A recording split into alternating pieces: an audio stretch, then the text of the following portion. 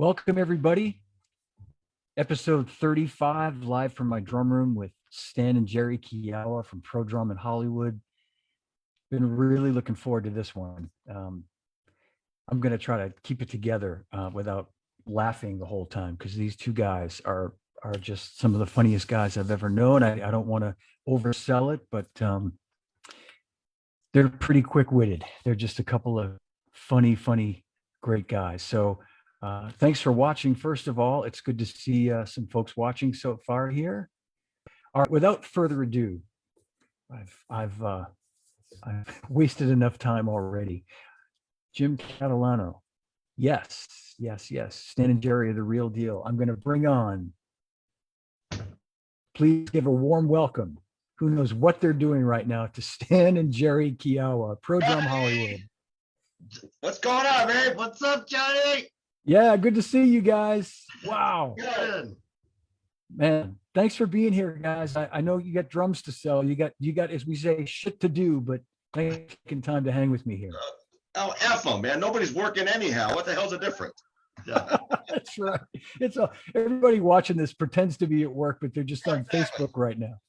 Watching Judge Judy. Yeah. Oh man. What's It's up, great to see. Johnny? Wow.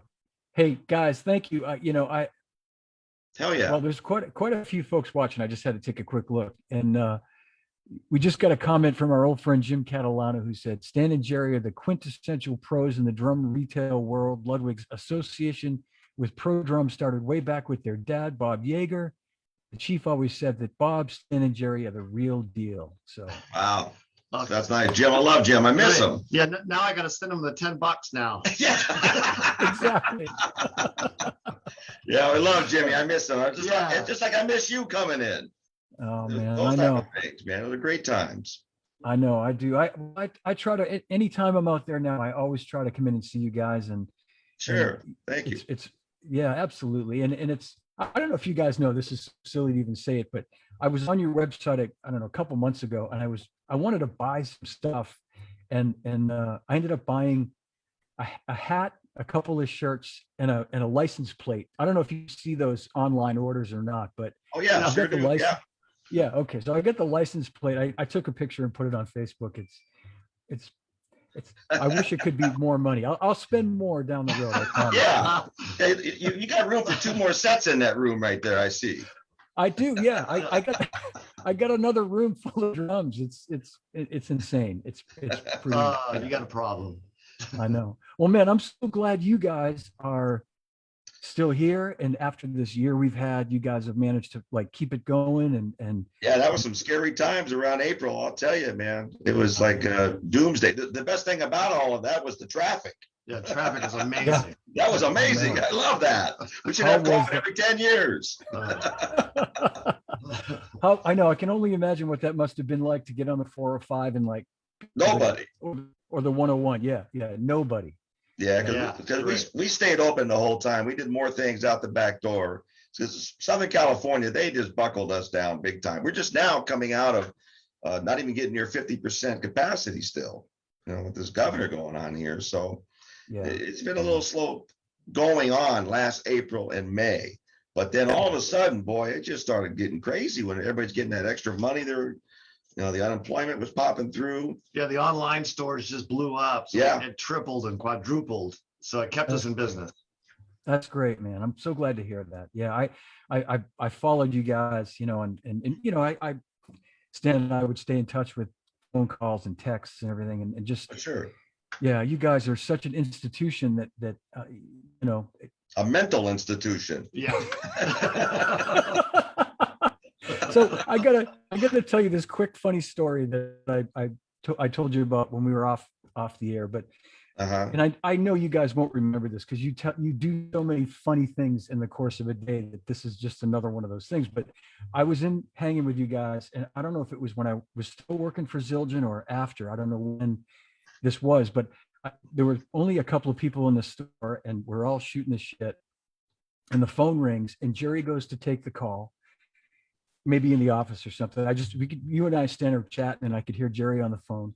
And Uh-huh. Jerry comes back to join our conversation, and he says, "Man, that was like somebody looking for a donation. You know, they're said I'm a nonprofit and we're looking for a donation. And Jerry says, I said, you know, man, we're a nonprofit too. How about you ask a donation? Yeah, we haven't made a profit in 62 years. Yeah, that's our ongoing line, Johnny. We're a nonprofit. I go, buddy, we've been nonprofit for 60 freaking years. I remember. It killed me. It killed me. That was hilarious. Oh, shit. Oh, well, you know, talking about 62 years, man, it's unbelievable. Are you guys the oldest drum shop still in business now? I mean, I think so. I think for just drums we are. For just drums. For just drums, yeah. Only percussion. I think Jack's drum shop at one time, I think was up and going, but I don't know if they're around anymore or not. In Boston, Jack's drum shop, right? Yeah, Jack's has a small, I mean, I guess technically Kenny sold the shop that he had right in downtown Boston by Berkeley, and he's got a little place down in Cape Cod where he lives. And yeah, maybe technically if he still has the name over the door, but in terms of like, family owned.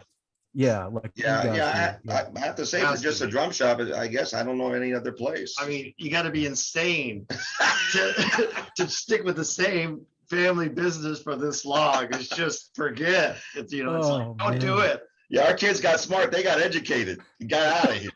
Yeah. They said when their turn came to come work like you guys did as teenagers, they went, right. No thanks.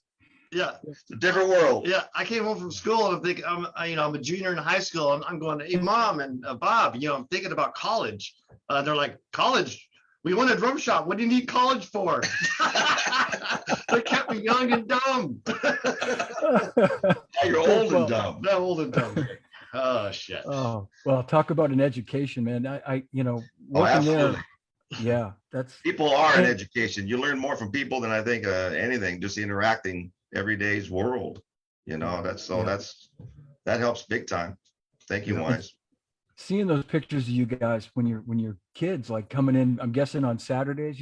Bob had you coming in on Saturdays. Yeah, I used to take my drum lessons with Pete Magadini in 67, 68. Yeah. And I worked the rest of the day out, make my $7 a buck an hour, and it was in summertime when we were out of school. We'd work pretty much 6 days a week, even at for summertime. Yeah. Then I got on a work permit at high school. I'd leave high school at 12:30, drive to work every day, and then and work Saturdays. So I was working 6 days a week back then. Yeah. So it's pretty crazy. But it was fun, though, Yeah. Don't get us wrong. I mean, it was. I know. We were lucky enough to brush shoulders with the big boys. As I played piano. Our dad was a real great piano player himself. Yeah. Our real dad, Stan Keyawa.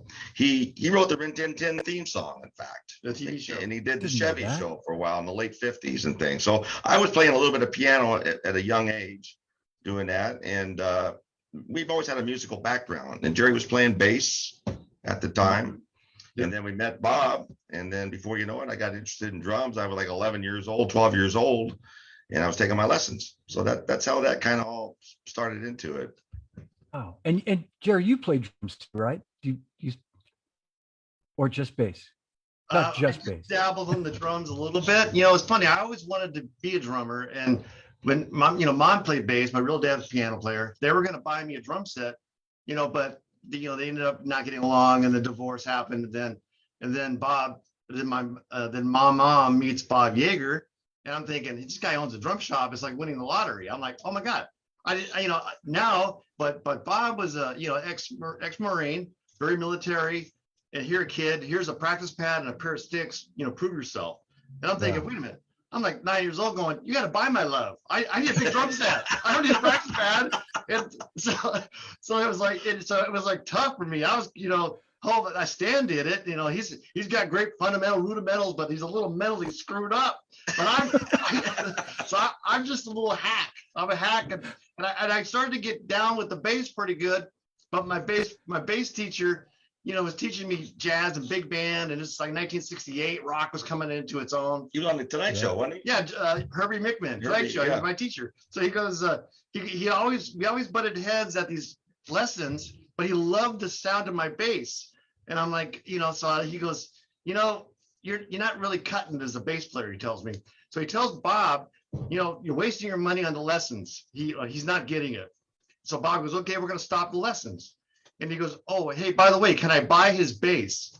And so I get home from school and Bob goes, hey, Jerry, you're not taking any more bass lessons. I go, great, fantastic. I go to my bedroom, my bass is gone. I go, hey, where's my bass? I sold it to your teacher. I'm like, oh, Chad, I'm a bitch. So that was that end of my bass career right there. Oh man, and that prepared you for your future of being a salesman, like knowing. Exactly. Yeah.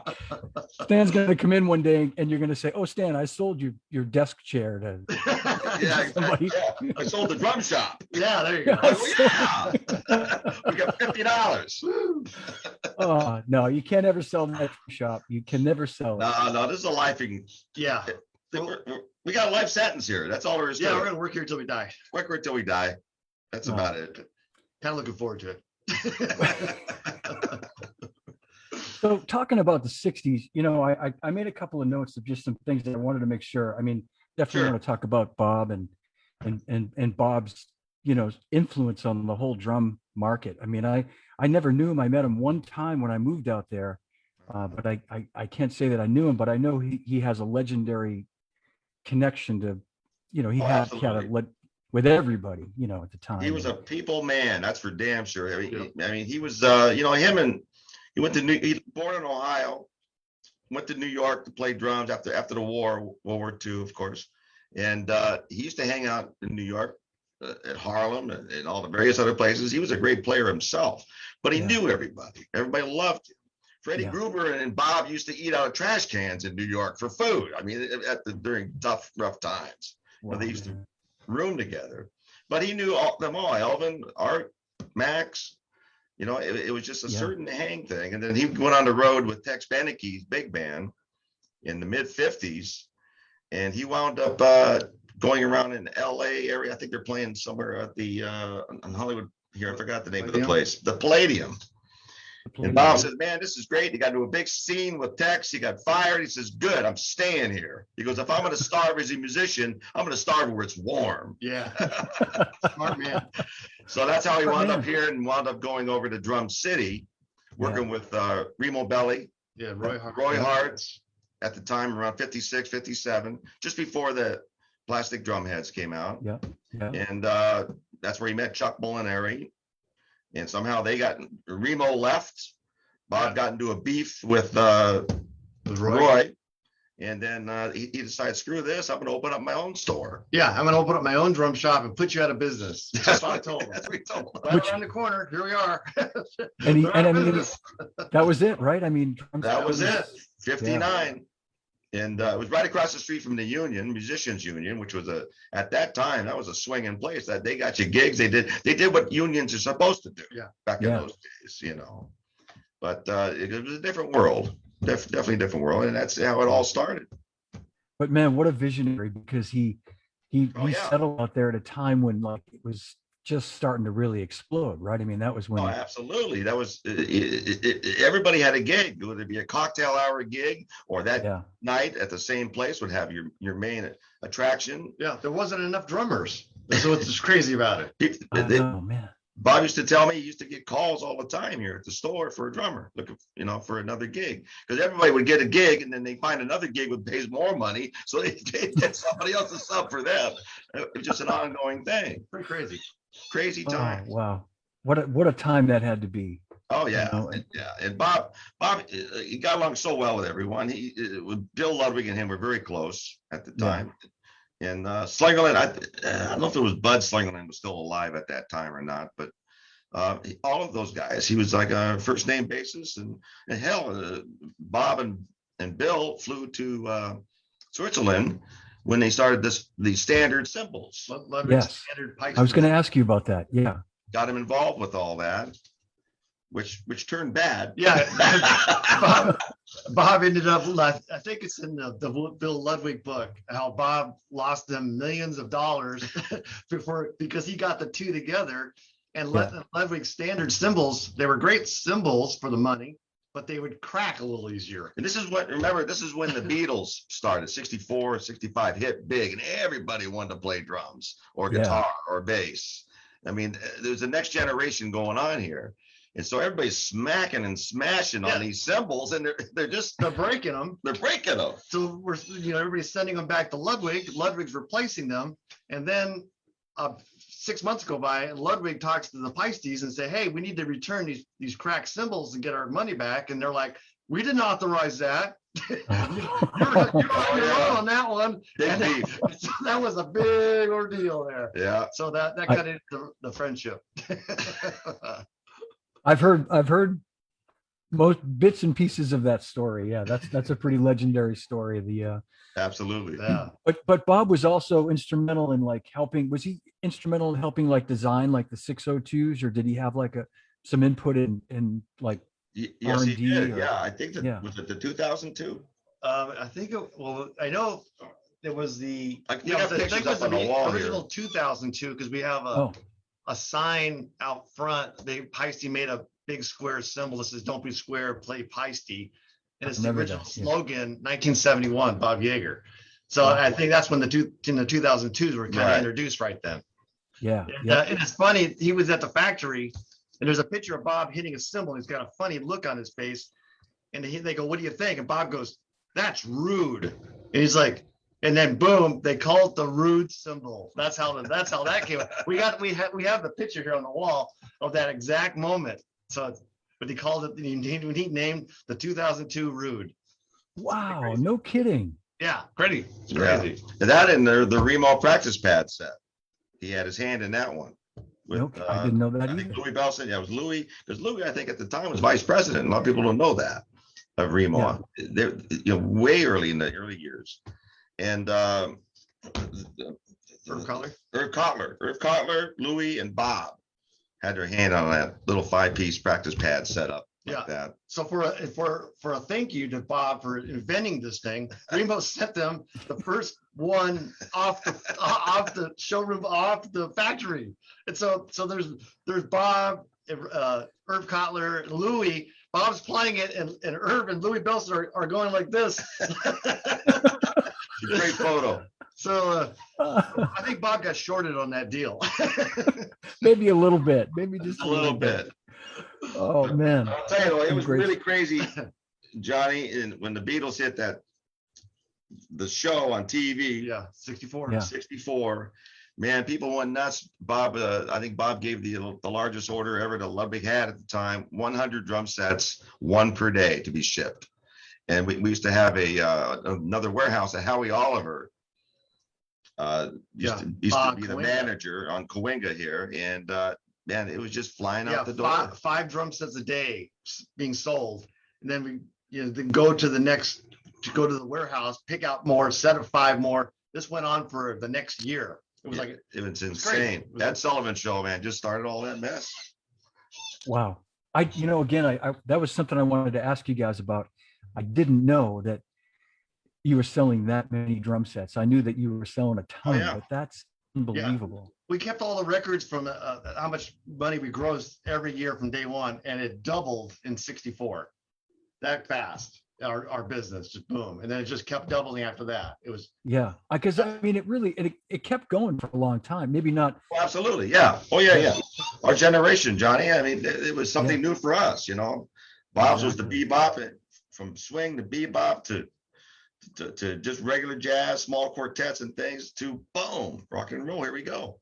Yeah, and probably selling maybe more Ludwig than everything, but still Slingerland and Gretsch and Rogers and all the other guys. Yeah. Yep. Sorry, what were you going to say? I'm just going to say, each drum company almost had their position. Slingerland was swing, Gretsch was bop, known as, and then Ludwig was kind of swing too, of course, but then they were a little silent there for a while, and then bam, 64, and then there you go. Thanks to Ringo. Yeah, I was going to say, you guys, I'm sure have heard this, but Armand, had told me this story, and Armand Zildjian, for anybody who doesn't know who Armand is, and it's documented in one of the Zildjian books that after 1964, Zildjian was back ordered like over 90,000 cymbals, just Wow. as a result of like what you guys are saying. Just so many Yeah. kids overnight wanted to be drummers. Yeah. And to your point about the standard cymbals, it's like they just wanted to get their hands on anything. Not that the standard cymbals Sure. weren't nice cymbals, but they any drum set, any cymbal, anything they could get, they just wanted to play. And Yeah, what a well, yeah. time, you know. Well, Bill Ludwig used to give those cymbals away with the drum set. They were free. That's how that was the whole deal on that one. But Yeah, buy a Ludwig drum set.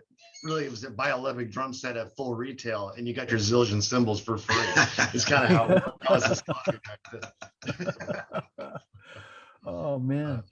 And now you guys, I mean, it's to see how things have changed. Obviously, it's yeah, it's a different world, I know. But I guess what I was going to say, what I love about your shop, and I think everybody watching this that's been to your shop loves about it, is, you know, you guys have changed with the times, like, you know, with the online business, and have had to adapt. But yeah, you go into your shop and it still has that vibe of like what all of us remember being a Yeah. cool drum shop was like, you know, like we just left it alone. I mean, and Yeah. Bob, you know, we watched how Bob interacted with people. I mean, there is no Yeah. color here. There is no great drummer, bad drummer. I mean, Yeah. just the way Bob reacted to everybody. We just kind of watched that, and we just stepped it up ourselves to that Yeah. same idea. If it ain't broken, don't fix it. Yeah, so we Yeah, just that's left it right. alone, you know, and that's the other thing that brings a lot of people in. Is all our hands-on repairs. Usually while you wait, you know, as best we can, because a lot of this shit breaks fast nowadays. Yeah. Yeah, All that's right. They look all fancy dancy, this and that, but man, Yeah. they have it strong in the wrong places sometimes. I'll tell you what's funny. It's funny when you said broke. Yeah. We back in the good old days, we were broken into more back then than we have in the last 20 years. We've had one break-in in 20 years. Back then, it was like once every 2 years or once a year. Yeah. But somebody would smash a window, grab it. It was funny. We had the 71, the Vista light with the lights in it. Oh, yeah, Ludwig the came Tivoli. in the window with the lights on. Tivoli, yeah. They broke the window, pushed that shit out of the way, and stole the Gretsch kit. And that was like that was in the 70s, 71. Yeah. So, but it's funny how we got, you know, they would knock a hole in the wall in the middle of the night, Oh yeah. and then they'd use our snare drum rack as a ladder, so they kind of knew where to cut the hole. And then they were stealing all the Zildjian cymbals. But it's funny, all the 22-inch cymbals were on the ground. They couldn't get them through the hole. It wasn't big enough. So they took the 20s, the 18s, and the 16s. Clean this out. Yeah, then we had to put the sensors in, you know, because that was Yeah. like, oh, another world. And this is all back in the good old days. Yeah. Yeah. Oh man, that's too funny. That is too crazy. funny. Man, I remember the party you guys threw for the 50th back in 2009. Wow. Proudly wearing my 50th anniversary shirt, and That's it. Right on. yeah, and Yeah, I'm 12 excited years about ago. the 75th and the 100th. Those are going to be some great parties. Oh yeah. Yeah, In bring my your, wheelchair. bring your own drool cup. Well, hopefully everybody watching this right now is going to get online at some point soon, maybe today, and buy some stuff from you guys. That's, I mean, That's we even the- take stolen credit cards, so it doesn't matter. Yeah. We have. Yeah. I'm going to read you a couple of comments here, guys. You guys are good for time, right? You got a little bit some Yeah. more Yeah. time? Nobody's walked in yet. Okay. All right. Yeah, I should tell everybody these guys are, you know, they're open for business right now, so they're nice enough to make time to do this. So thanks, you guys. But our old friend Mike Balter said Stan is a Mike. master repairman. Yeah, he can make lemons into sweet lemonade, I think is what it said. Lemons. Yeah. A little extra vodka. Now you're talking. Yeah. Right on. I love Mike. He's a good guy. Yeah. Right on, Michael. Yeah. Me Go too. I Dodgers, by love the way, Mike.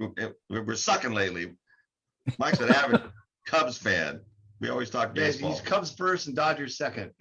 Yeah. Yeah.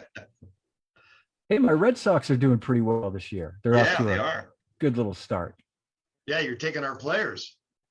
Well, That's right. We got Mookie. Yeah, I was going to say we're giving up good ones too. Yeah, you are. All right, that's besides the point.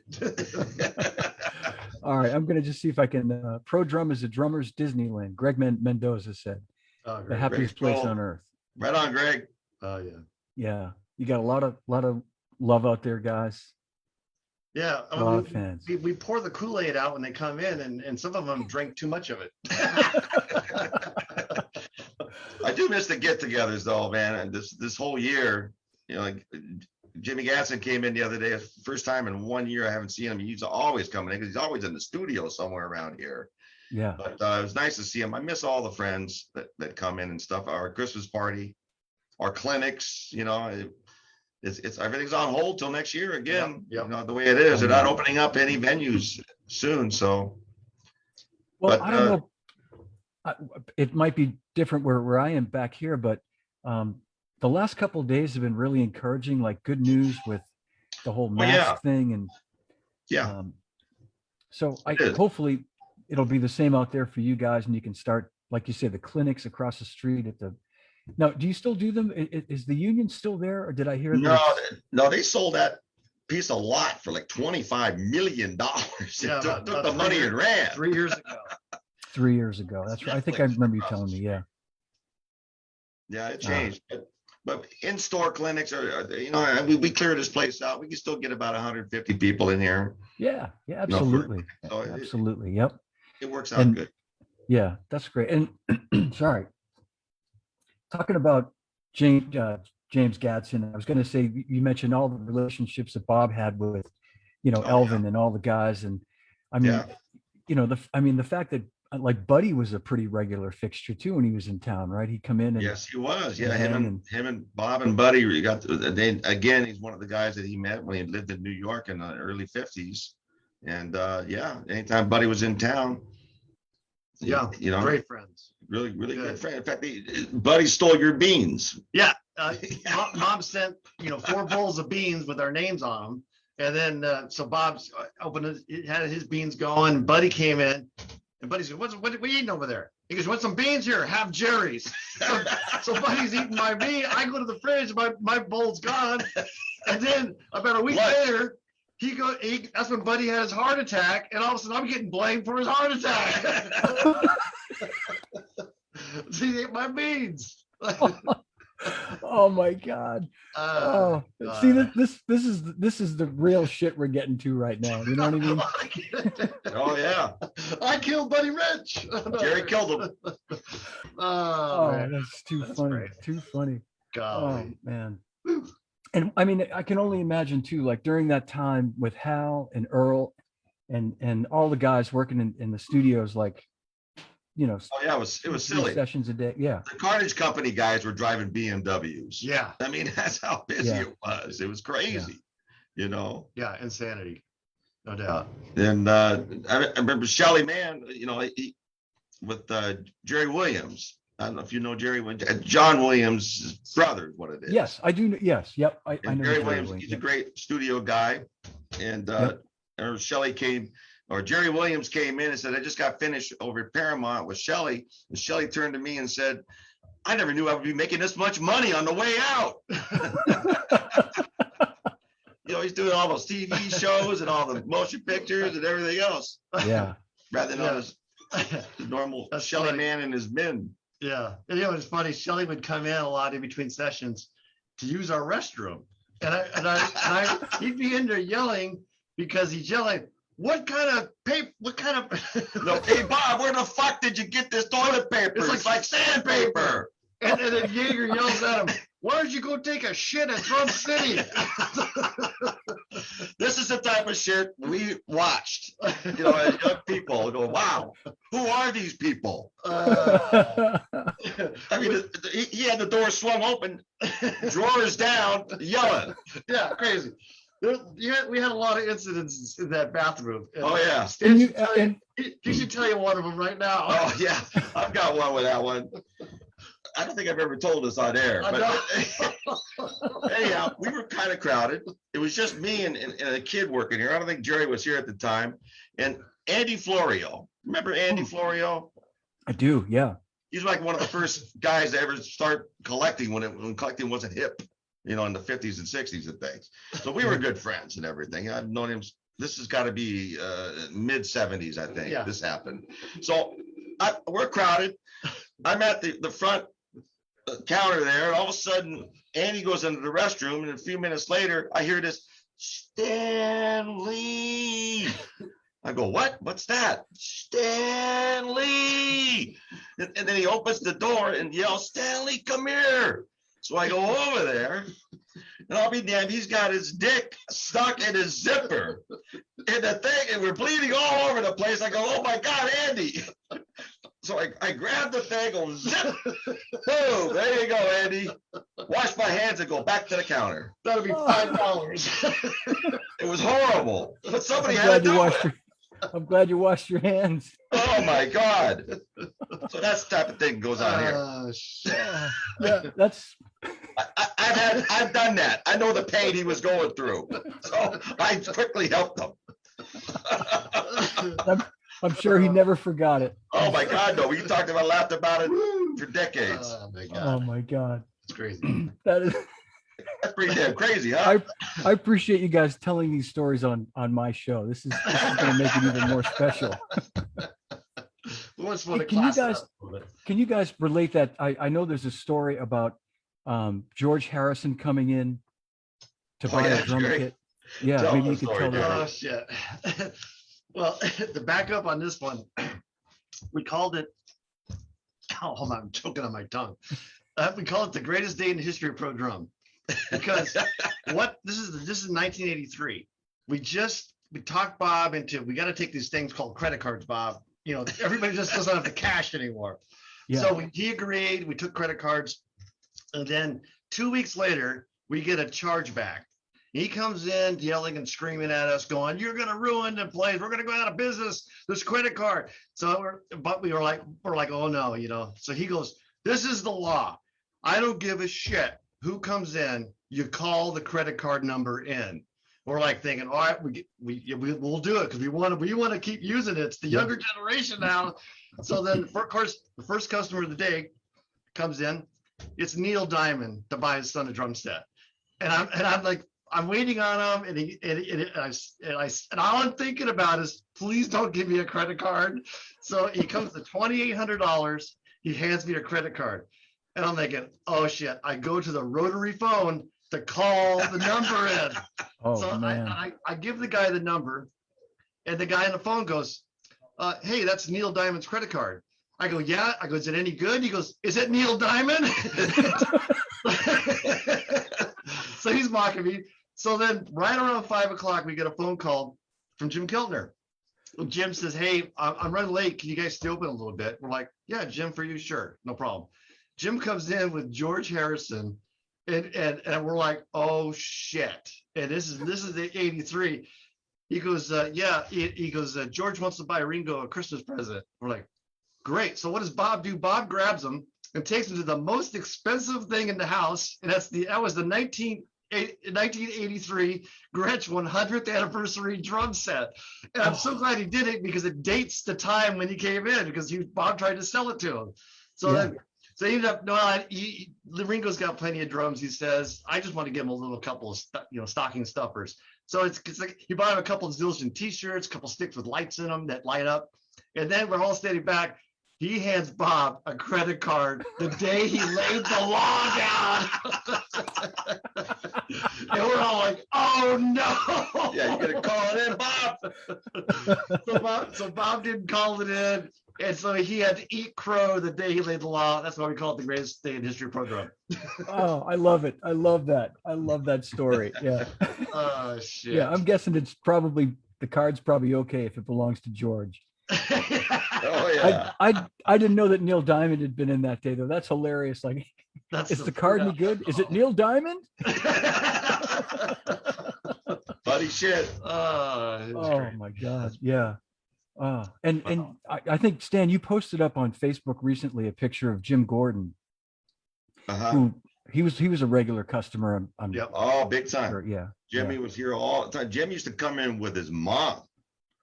And No kidding. Bob used to tell me about that. And his mom used to just be a little rough on a them. little rough on them, a little hard. You know, make up your mind. What's the matter with you? Da da da. You know, that that's style. everything. Bob told me that when the sad news came down, and they flipped out. But Jimmy was always coming in. He always dressed kind of square, I thought, for the time. But that's just the way he was. He had the A1 slacks. He didn't have the Levi's and the hippie thing going on at all. And it's just like 68, 69 that I remember seeing him. Yeah. But he was always super nice, always cool. Yep. You know, he was always busy. I mean, one of the main reasons why a lot of these people did come into this store, because there's a ton of studios around us. So it was not like they had to drive 20 miles to go see us or whatever, which a lot of them did, but that's how lucky that we were. We were in the center of the situation going on at the time. I mean, you had Gold Star up the street, one block away, where all that shit was done. Yeah, Chrysalis Studio. I could probably hit it with a rock. You know, so we'd see these guys a lot, you know, during the breaks and things. And Paramount Studios is right behind us. Yep. On top of that, so you know, so we were lucky in that sense that we were able to see these guys a lot. And they came in to use our bathroom. And they came in to use our bathroom. Even Pete Thomas does that. Hey, do you guys still have that movie studio a couple of doors down that makes certain kinds of movies? That's usually in Chatsworth. Oh, okay. Well, I was there one time in Chatsworth area. Yeah. I think Turpak and I, rest his soul, the great Steve Turpak. Oh, and I yeah. Sorry to hear about Steve. No doubt. I know. And I think we were paying you a visit once, and there was some activity, you know, in the back parking lot. There was some activity going on in one of the other buildings, and you guys told us there was some movies being made there. Oh yeah. And the next day, that's when we see the Coney Island squid in the parking lot. Yeah. The guy walked in. Yeah. Jimmy Paxson goes, "Hey, what's with the Coney Island squid out there?" He goes, "What do you mean? The rubbers in the back parking lot here." I'm going, "Oh my God, that's funny. I never heard of that term." Yeah. I never did either. Well, Jimmy knows about it. Leave it to Jimmy Paxson, though, right? Yeah. Shit. Oh my God, too funny. God. You know, and I was just when I moved out there in '85. Mm-hmm. I remember the first time I came into the shop, because it was I'd known about it. It was a legendary shop, and you know there were I think back to at that time, all the drum. I was thinking about this the other day. All the drum shops that there were in LA, that you know you guys had as competitors, but there was always something that made you guys like, and there were some great shops too, like Valley Drum. There was like 6 of them, I think, at one time. Yeah, some. Yeah. But there was like there was like, you guys were like always a notch above in terms of, I think it was just because everybody knew pro drum was really where the pros went. Bob set the standards, man. I'll tell you on that, and we just kept it high. You know, everybody was treated equally. Yeah. You know, I don't give a shit if you're a movie star or whatever. You got the same amount of time of us. Then I saw that Bob do that a ton of times. Yeah. You know, he wouldn't blow people off at all for a star or whatever. Yeah. And that in our repair situation. I mean, when we do tips, we do vibes, we do marimbas, you name it, pedals. Yeah. And try to fix things right on the spot, which is unheard of. Try to get going. So we're working like a dog, 11, 12 hours a day. We were popping here for a while. Of course, we're a little slowed down now, but it was insane in the late 70s and the early 80s, because there were about 6 drum shops at the time. It's true. Man. Yep. Crazy. You guys never caved to the whole electronic. We tried one time. Yeah. Lost our ass. What was that guy's name? What the hell is it? Oh, was it my old boss, Glenn Thomas? Yes. Yeah. Glenn, you're the guy who sold this bullshit. It wasn't me. It was before I got there.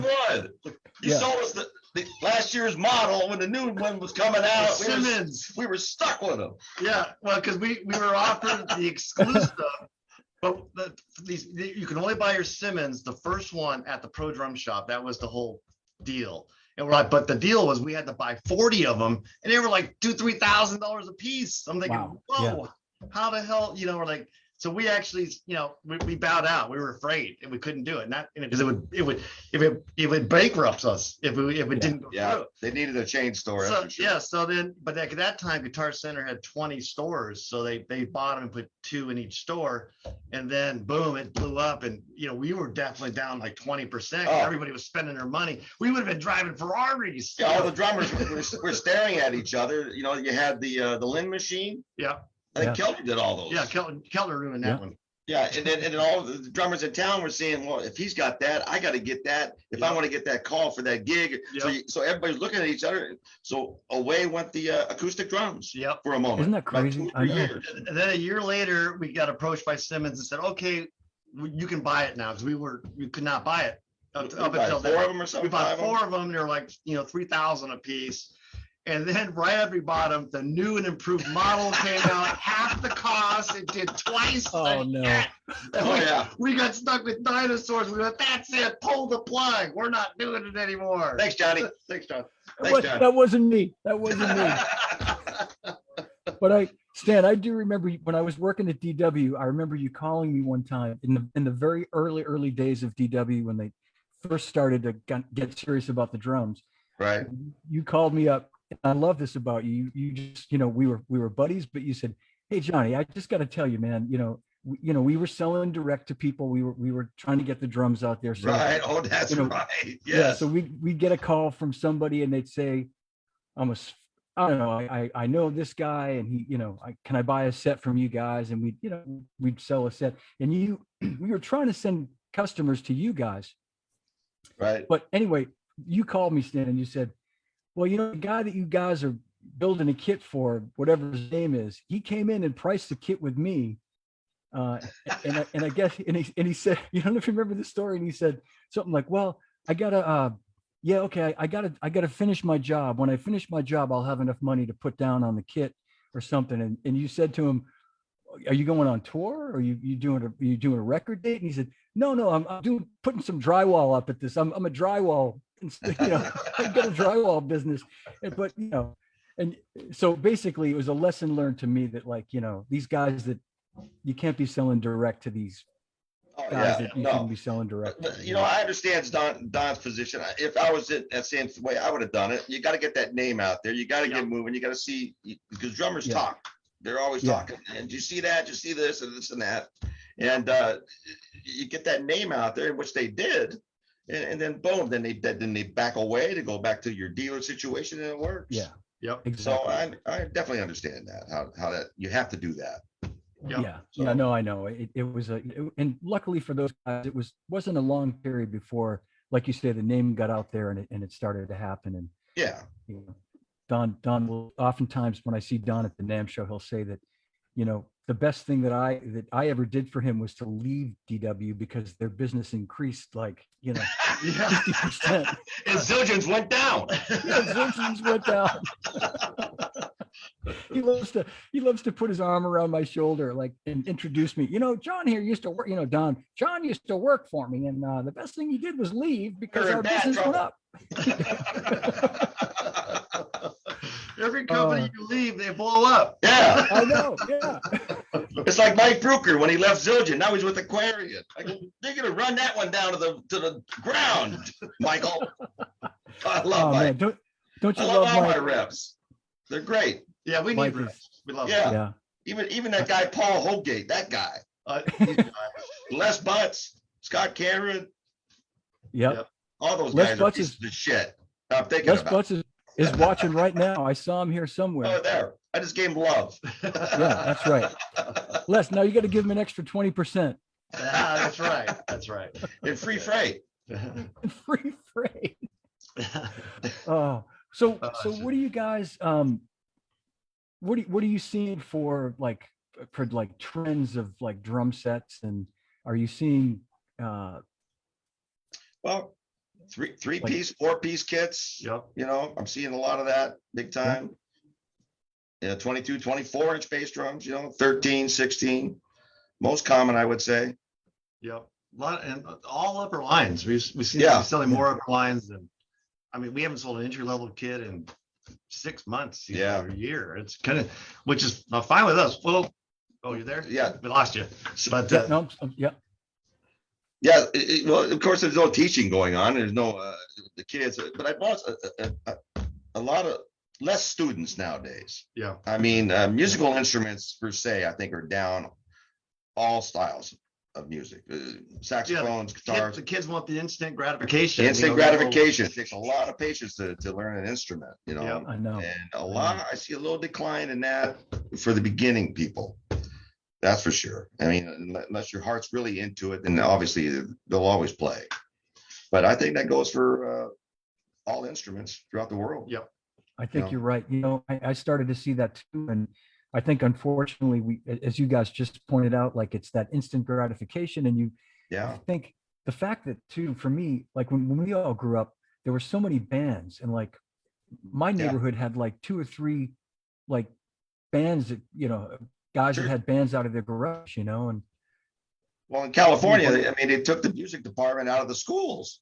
You never know if somebody wants to take up the clarinet unless they touch one, right. you know, or has a shot at it. Take a semester with band, you learn an instrument, violin, you name it, whatever. That's all gone.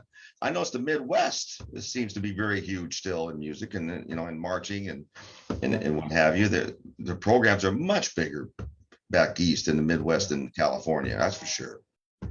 Yep, definitely see that. I saw that when I was still at Zildjian too, that they were still keeping their programs going, and you see the difference that it makes. You know, you still see a good, Yeah. pretty thriving student business there for people. And Well, sure. I mean, it's just like they took out the wood shop, you know, the metal shop, all that stuff. And, you know, in high school, hell, I used to take those. That's what helped me learn the trades that I have now.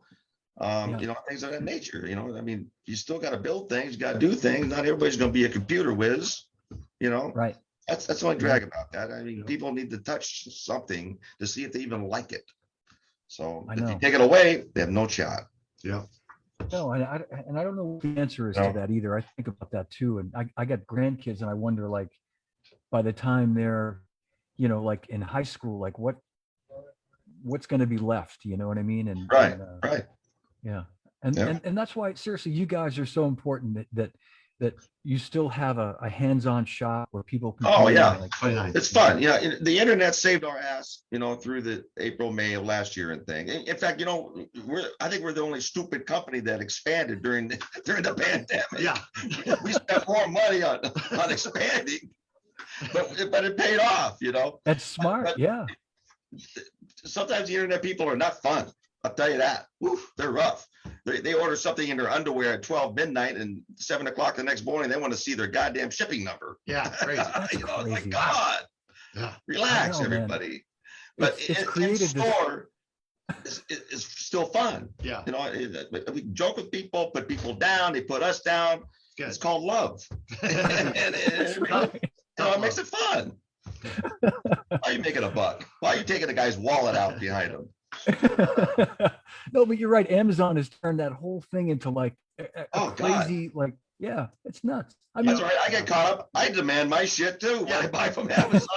Oh yeah, I love getting. I'm glad Stan doesn't come in to buy a drumstick. He's a pain in the ass.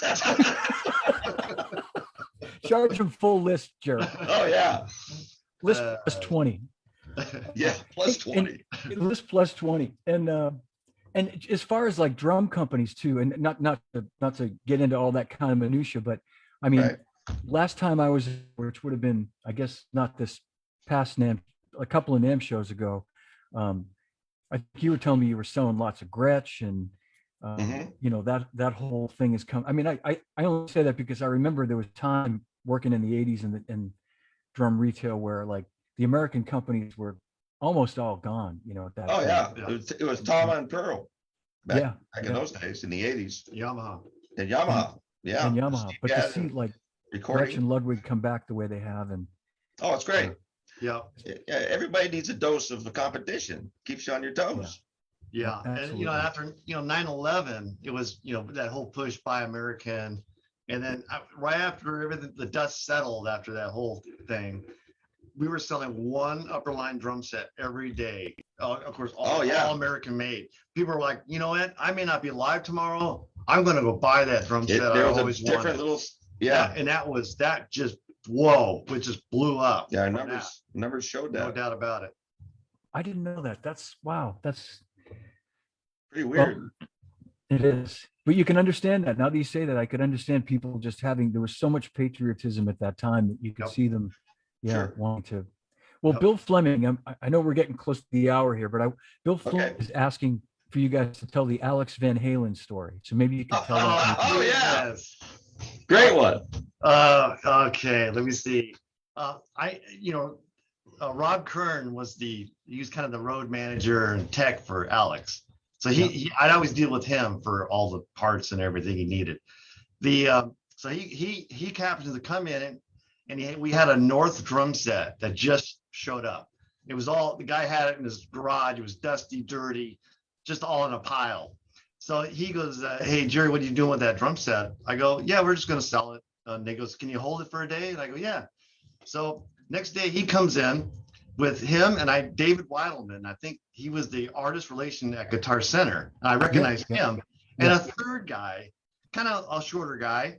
And I'm thinking, Rob brought a helper, I said to myself.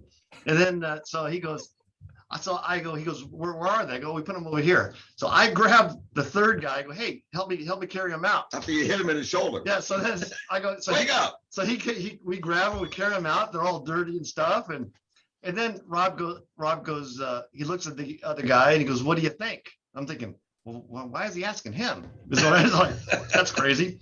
So then he goes, the guy nods and he goes, yeah, we'll take it.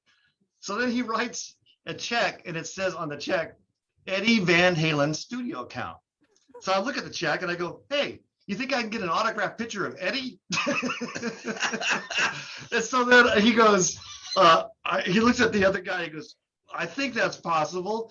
And they're ready to go. And I give the guy a big push. I go, by the way, what's your name? And he turns around and puts his arms on his waist. He goes, Alex Van Halen.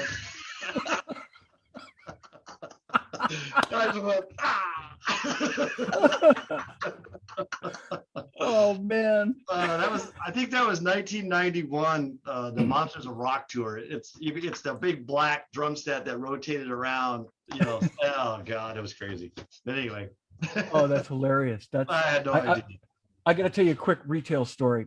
When I was working at Wurlitzer Music in Boston in the late 70s, 80s, and this was 1981. I remember the year.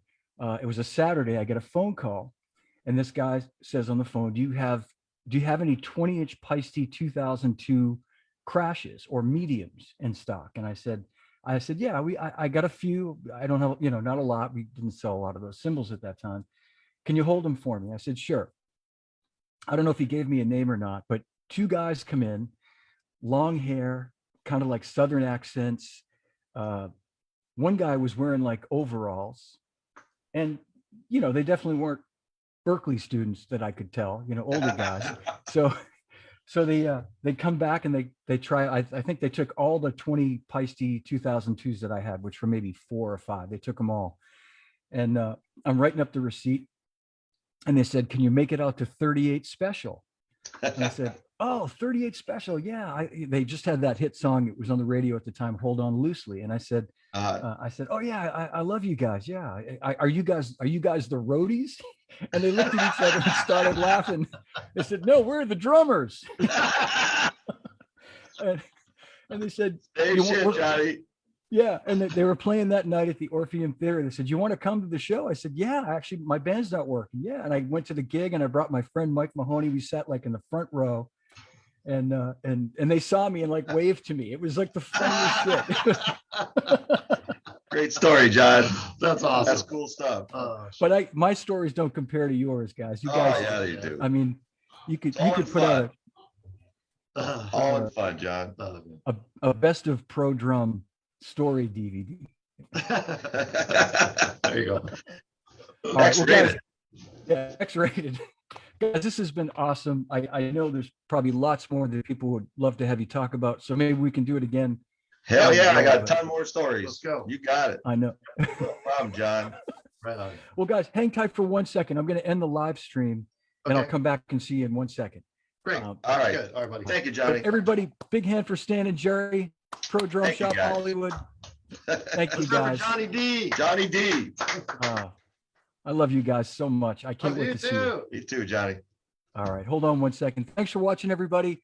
I'll see you Friday with Eddie Bayers Jr., 1 o'clock Eastern time. Thanks for watching and see you soon.